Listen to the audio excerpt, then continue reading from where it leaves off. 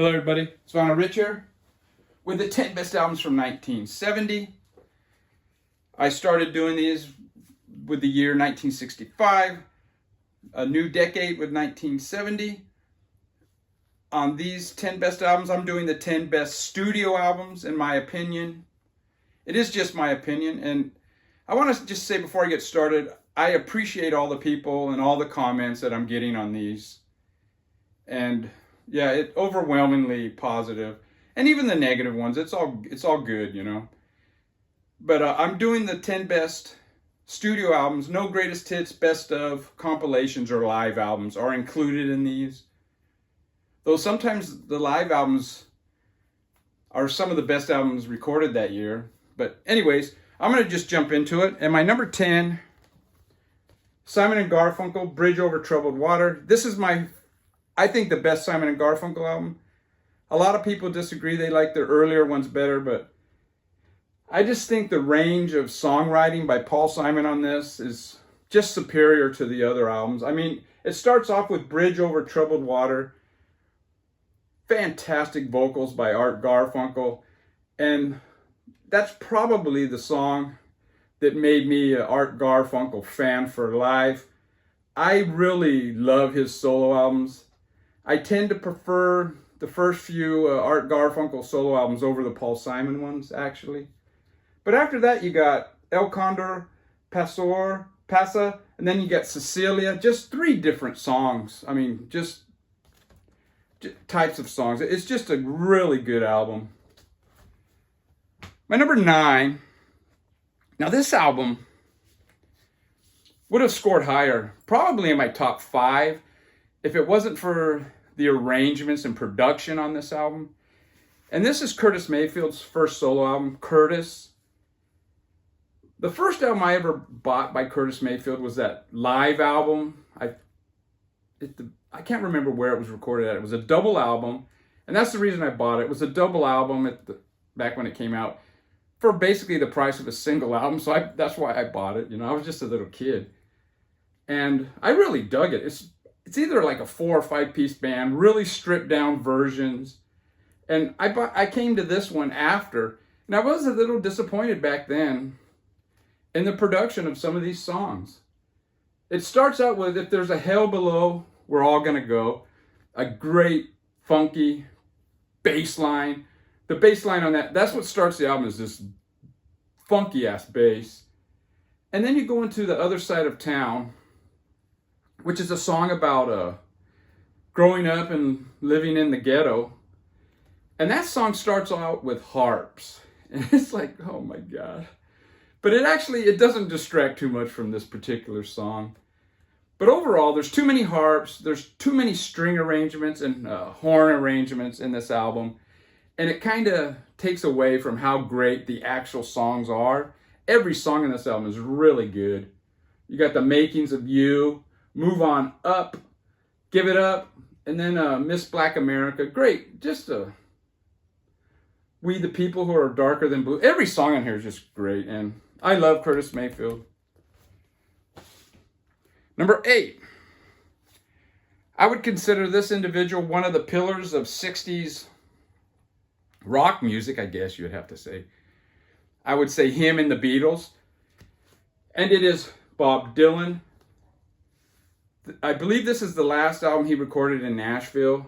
And this album would make my top 5 Bob Dylan albums of all time. It's a lot of it is piano based. It starts out with the first song is If Not For You, the song that George Harrison covered, I believe in 1970 on All Things Must Pass. And I think that is actually one of the best songs on that album. So after I bought All Things Must Pass, I went ahead and bought this album, and I was delighted with it's. If Not For You is a guitar, kind of acoustic guitar, has guitars in it, put it that way. All the other songs on side 1 are piano based. And side 1, I was going to make a video a while back, perfect sides. And side 1 of this would be a perfect side if it wasn't for the song Winterlude. That's kind of a corny song. But other than that, man, and it's Three Angels and Father of the Night, it doesn't finish as strong as it starts. But yeah, it's a really great album.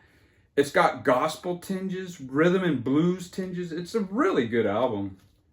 Unlike any other album that Bob Dylan had done at that time. My number 7, I think it's safe to say this is Grateful Dead's best studio album. It's American Beauty. Now, side 1 of this is a perfect side, and I was going to include this in that video that I never made. I mean, it just, the Friend of the Devil, Sugar Magnolia, and Operator, those 3 songs in the middle are just, they just flow into each other. If you listen on headphones, the subtle guitar work is just fantastic on this. And it's got the biggest hit ever, Truckin'.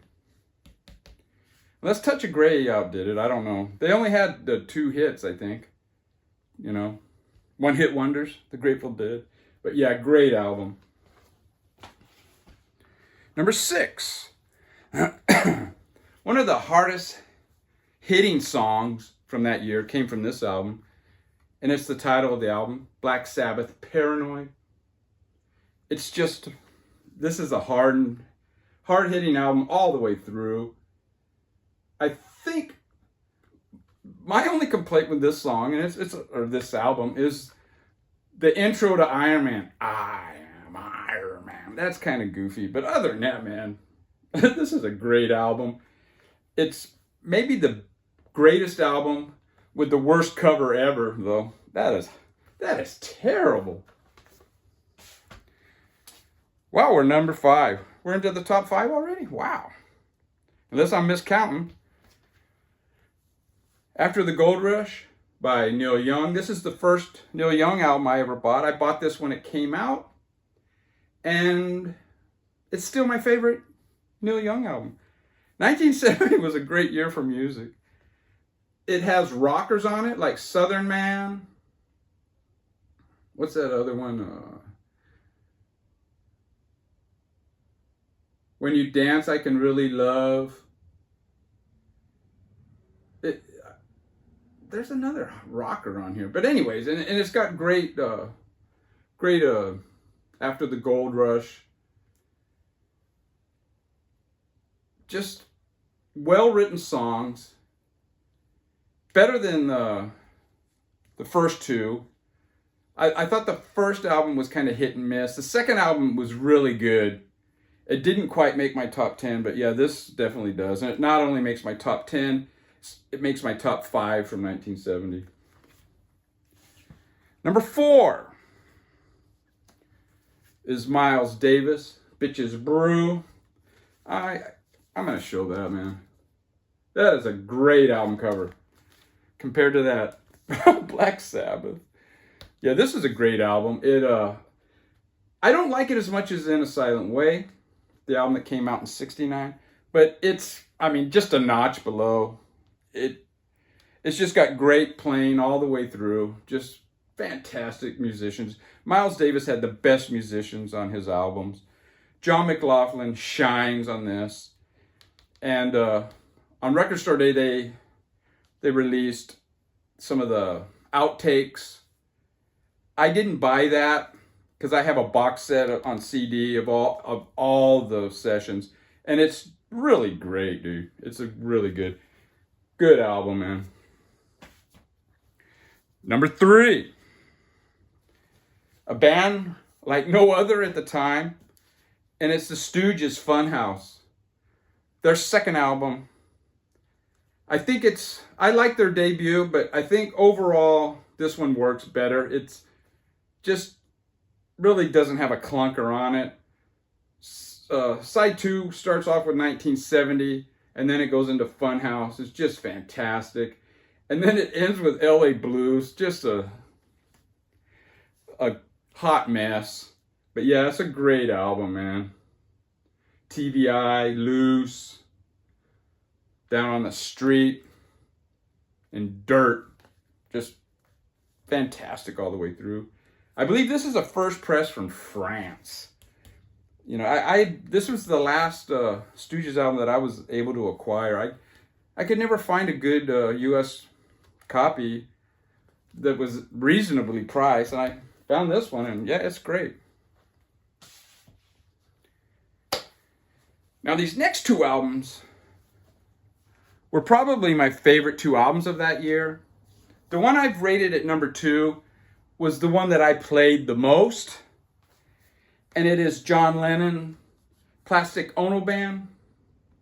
His solo album came out after the breakup of the Beatles, and this is a stripped down, raw album. And for that, the vinyl tag that was just out, this is an album with virtually no words on it. You know, no writing at all. It's a heartfelt. I mean, the song "Mother." I think most people are familiar with that. And yeah, Isolation. I'm not going to go through the songs. It's just a really heartfelt song. I mean, album. And that's one thing John did versus Paul. Paul was kind of like a storyteller in his writing. John was more emotional, and the vocals on this, he just is so emotive, and I think it's a fantastic album. And I think it's probably the best Beatles solo album ever made. And my number 1, it's not going to be much of a surprise probably, but it's Black Sabbath's debut. Another album with a great cover. And yeah, this 1969, Led Zeppelin had 2 on my top 10. In 1970, Black Sabbath had 2 on my top 10. And those two bands, I mean, there were other lesser known bands that were hard and heavy, but Led Zeppelin and Black Sabbath kind of took music in a very hard direction. Now I say that, but in the 70s was the kind of the uprising of the singer-songwriter. So the 70s is going to be very difficult to do your top 10 because the music kind of started to splinter more so than it had been in the past, at least rock music. But yeah, this is just, I guess it's the birth of doom metal. And I just love this album, man, all the way through. Just the heaviness, and just, it's not fast, not like Paranoid. It's just, I think most people have heard this album, and I think it's the best album. I'm not going to go on and on because I've been accused of waffling. So if you prefer pancakes over waffles, you might not like this video. But anyways, that's my top 10. Take care, everybody. Happy New Year.